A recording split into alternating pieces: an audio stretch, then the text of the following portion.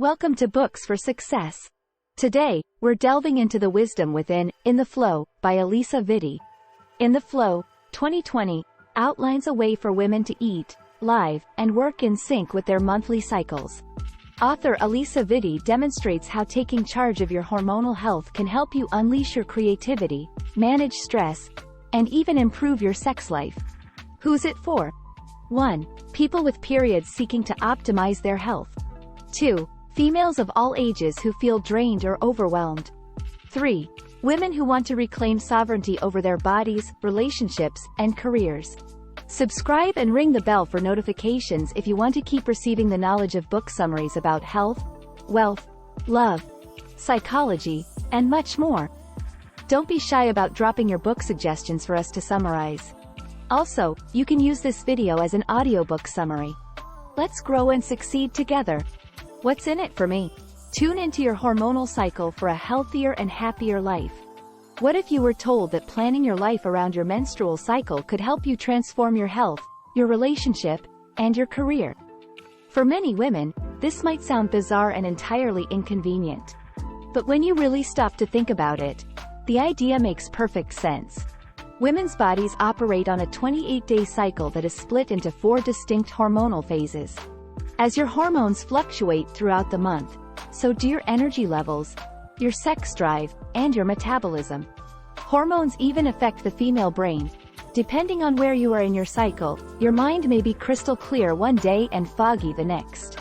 So why not use this knowledge to schedule your projects for the days when your creativity and energy levels are at their best and your nights in for times when your mind and body could use a little TLC.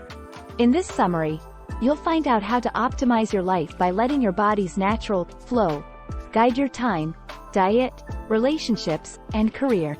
You'll also discover 1. Why women often neglect their hormonal health.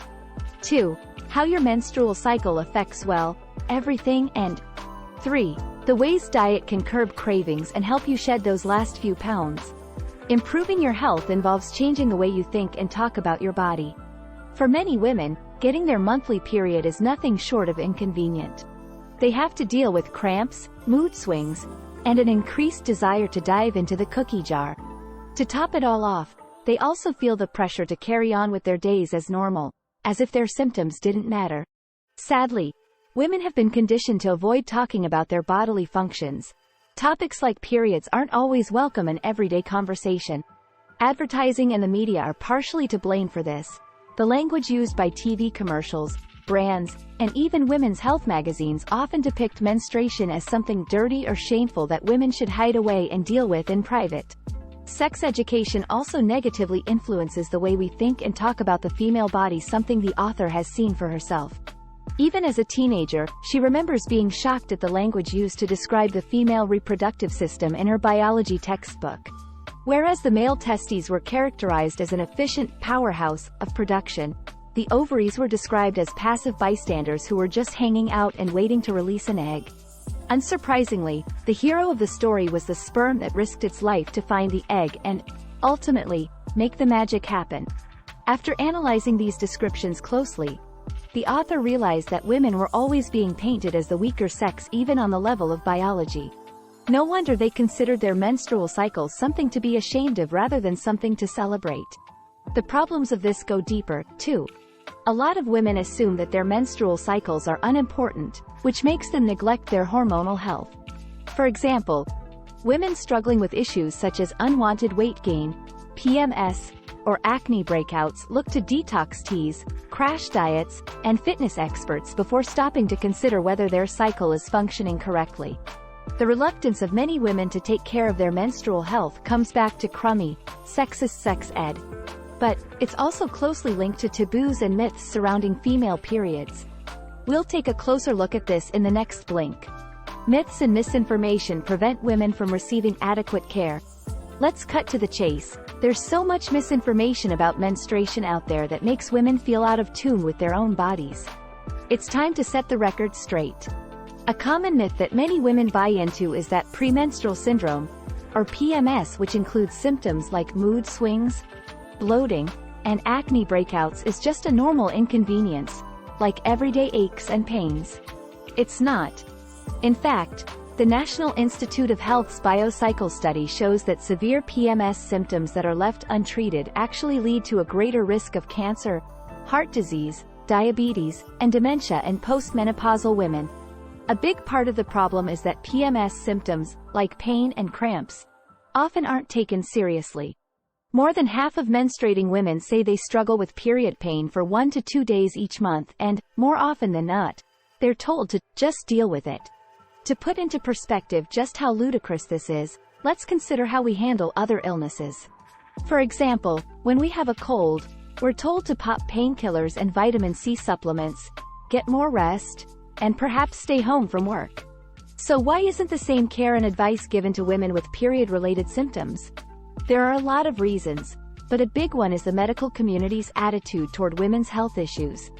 The 2010 report, Chronic Pain in Women, Neglect, Dismissal, and Discrimination, revealed that healthcare professionals often dismiss women who complain of pain as hysterical or oversensitive. Shrugging off women's experiences is damaging for a number of reasons. Not only does it make women feel like suffering is just a natural part of their lives, but it also prevents them from seeking help. The consequence? Hormone-related conditions such as fibroids, endometriosis, dysmenorrhea, and many others are left untreated. These experiences are something that the author is all too familiar with. After 7 years of being told that her problems were all in her head, she did her own research into her symptoms. After connecting the dots, she realized that she was suffering from polycystic ovary syndrome, something her doctor had never even considered looking into. As a menstruating woman, there may be times when you'll have difficulty getting people to hear you out. The best thing you can do to take charge of your health is to understand and get in tune with the way that your own body works. 2 inner clocks govern women's biological processes. Ever wondered how we fall asleep and wake up again in the morning? Well, that's down to our circadian rhythm, our internal body clock that keeps all our biological processes in check. Our circadian rhythm is set by the cycle of light and dark over 24 hours, and it plays a key role in things like brain waves, hormone production, and cell growth. When this rhythm is disrupted, a lot of processes get thrown off: sleeping, waking, digestive systems, you name it. That leads to problems such as insomnia, weight gain, and depression. While living in time with your circadian clock is crucial, women should also spare a thought for another clock, their 28-day infradian rhythm. This second biological clock is tied to your monthly menstrual cycle. It kicks in the first time you get your period and continues until you reach menopause. In women's bodies, both of these clocks are tightly linked. Their 28-day menstrual cycle influences their 24-hour circadian rhythm, and vice versa. For example, fluctuations in your hormones during your 28-day cycle can affect your body temperature, your heart rate, and your sleep patterns. On the other hand, if your 24-hour clock is out of whack, you may experience menstrual problems such as irregular periods and longer bleeds. For many women, living out of sync with their circadian and infradian rhythms can wreak havoc on their mental, physical, and hormonal well-being. According to the author, ignoring their menstrual cycles is one reason so many women suffer from hormone-related conditions. Take polycystic ovary syndrome, which affects 5 million women, or endometriosis, which afflicts 1 in 10 people during their reproductive years. To live a happy and healthy life, women must tune into their second clock and nurture it with phase-specific self-care, working with their body's cyclical hormonal patterns to optimize their health. A decade ago, the author developed a specific protocol for doing just that, called the cycle syncing method. We'll take a closer look in the next blink. Awareness of your monthly cycle's 4 hormonal phases can offer incredible benefits. If you want to harness the power of your monthly cycle, you first need to understand it. Let's start with the basics. During your menstrual cycle, your body goes through 4 hormonal phases: follicular, ovulatory, luteal, and menstrual. Each has its own challenges and rewards. The follicular phase begins on the first day of your cycle, directly after your bleed ends. It lasts 7-10 days. In this phase, your ovaries prepare to release an egg, and estrogen starts to rise, which helps the uterus replenish its lining so that it can host the egg later on. The rise in hormones has a positive effect on your brain chemistry. You may feel a surge of inspiration and creativity and a willingness to experience new things. This makes sense after all. The follicular phase marks a new beginning for your body. This is the time to consider what you want from life and to set good intentions for the month ahead. Next comes the ovulatory phase, which usually lasts 3-4 days. During this time, the egg passes from the fallopian tube to the uterus. At this point, the uterine lining has grown lush, ready to cushion the egg as it awaits fertilization. At the same time, estrogen levels peak, triggering luteinizing hormone and testosterone. These stimulate the verbal and social centers of your brain, which might make you feel more open and communicative. Take advantage of this sudden urge to be social by striking up a conversation with that business contact you've been meaning to reach out to, or even that person in the office you've been admiring for a while. The luteal phase, which usually lasts 10-14 days, is next. At the start of the luteal phase, estrogen and progesterone levels are at their highest. Their job is to signal to the body to keep its uterine lining in case the egg becomes fertilized. They also optimize your brain chemistry for task and detail orientation. Got a project that needs finishing? Now is the time to do it. If fertilization doesn't happen, hormone levels drop in the latter half of the luteal phase, your uterine lining is shed, and your menstrual phase begins. This is the time to look inward, rest, reflect, and nurture yourself. To avoid feeling drained and irritated during this time, be sure to speak up for yourself, set firm boundaries, and say no to other people's demands. Elevate your energy and improve productivity with the POWR approach. Considering that our biological systems fluctuate in response to our hormones, it doesn't make much sense to adopt a routine that's the same, day in and day out.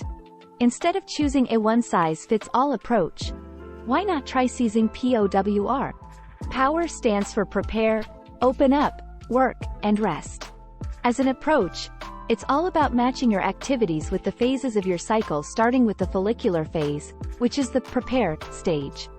This can help you accomplish more with less effort. It just takes a bit of planning.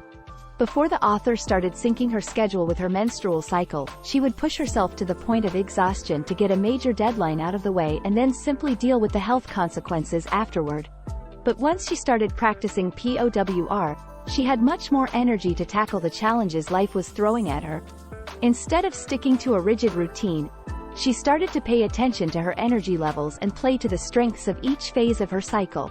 For example, she started planning all her big meetings and social gatherings for her ovulatory phase, the open up stage, as this is when her creativity and communication skills are at their peak. A few days before her period, when her body prepares to transition from the luteal or work phase to the menstrual or rest phase, she stops for a second and takes stock of her to-do list. Instead of embarking on new projects, she picks 2 or 3 things that absolutely have to get done and then moves everything else to another day. All living things go through the same process of activity, rest, expansion, and retraction. For example, farmers know that they need to rotate their crops and allow the harvested soil to restore itself, otherwise, it won't yield anything the next time around. So, if you're on your period one week feeling low, swollen, and generally a little crappy, consider curling up with a book. Then, when the time comes to cultivate an idea, expand your knowledge, or perhaps make your next bold career move, you'll be rested and ready to go. Take care of your body with nutrition that supports the phases of menstruation. For many people who start a diet, the process often goes something like this. They cut out their favorite foods, slash their caloric consumption, and turn to intensive exercise to help them sweat off the pounds. Not only does this make them miserable, but it also causes many women to have menstruation problems such as loss of their period or increased PMS. The result? They gain all the weight back and beat themselves up for failing. But diets that don't take women's hormonal fluctuations into consideration are doomed to fail from the start. That's why the author recommends the cycle syncing method, which she calls the ultimate undiet. The basic idea is to eat in sync with your cycle, rotating foods as you pass through each phase to support the hormonal changes your body is experiencing. So, let's start from the top. In the follicular phase, your body needs fresh, light, energizing foods that will help it prepare for what's ahead. Think salads containing kimchi and sauerkraut, veggies like zucchini and carrots, lean proteins such as chicken and trout, and energy-sustaining grains like oats. In the ovulatory phase, estrogen levels are at their highest, which means you'll already be filled with natural energy. However, this surge of estrogen can have some less than ideal symptoms, such as acne. To help your liver metabolize this excess estrogen, fill up with fruits and veggies like tomatoes, spinach, raspberries, and strawberries, and opt for lighter grains, such as quinoa and corn. To support your body through the luteal phase when your metabolism naturally speeds up, you'll need to up your calories and increase your intake of B vitamins, which will help stabilize your blood sugar levels and manage your cravings.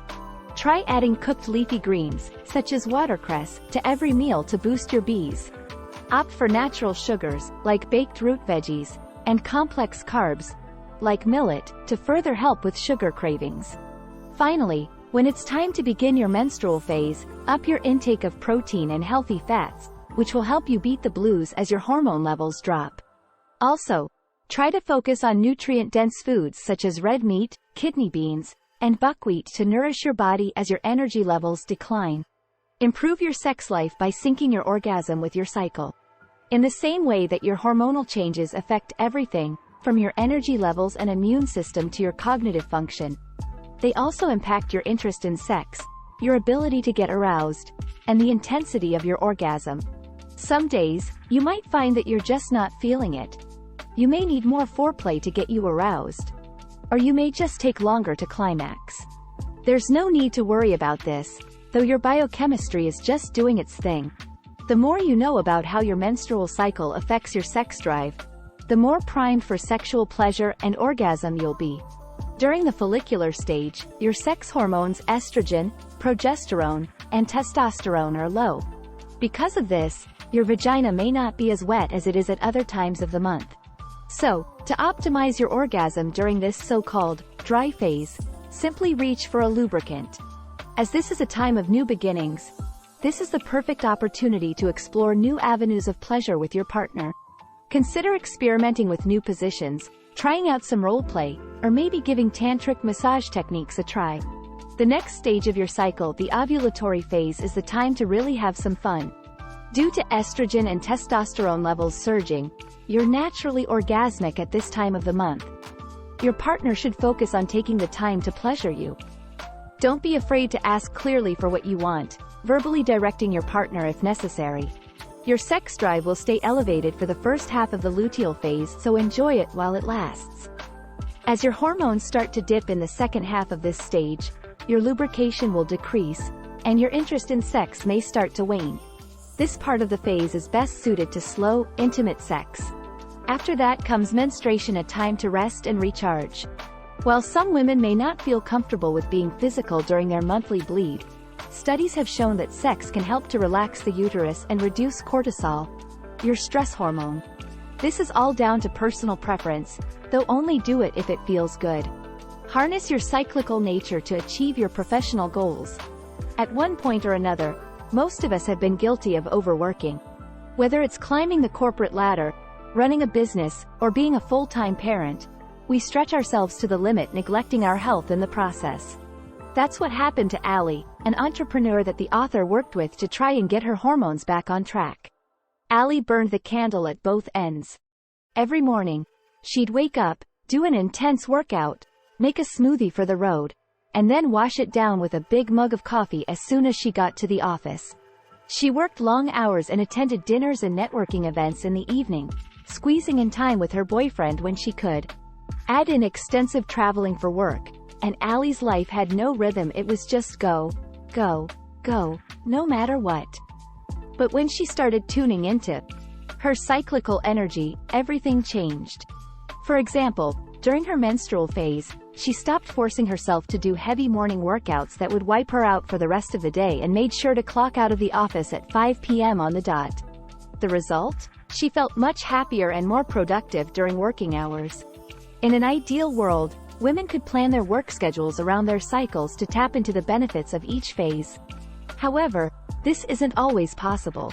Why? Because most working environments operate on a consistent 9-to-5 timetable, which doesn't take into account the ups and downs of women's hormones and energy levels. Fortunately, The author has come up with a process to help you stay in the flow, even in a less flexible job. First, take a look at what you have to deliver in the coming month. Next, map out your cycle phases and pencil in projects where you have the flexibility to do so. Then, put in non-negotiable deadlines no matter where they fall in your cycle phases. If you have some non-essential tasks to do during your menstrual phase, remove them.